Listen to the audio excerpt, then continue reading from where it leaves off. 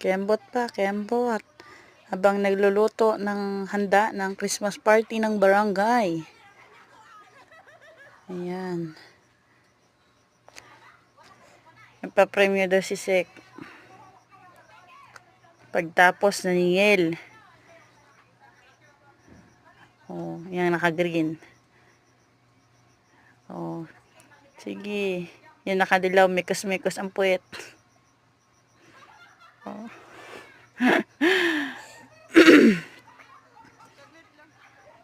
Oh, pero masarap ang kanilang luto. Magaling silang magsayaw. Magaling din silang magluto. Ayan, ayan. O, diba? Kembot-kembot. Hala. Nakakatuwa.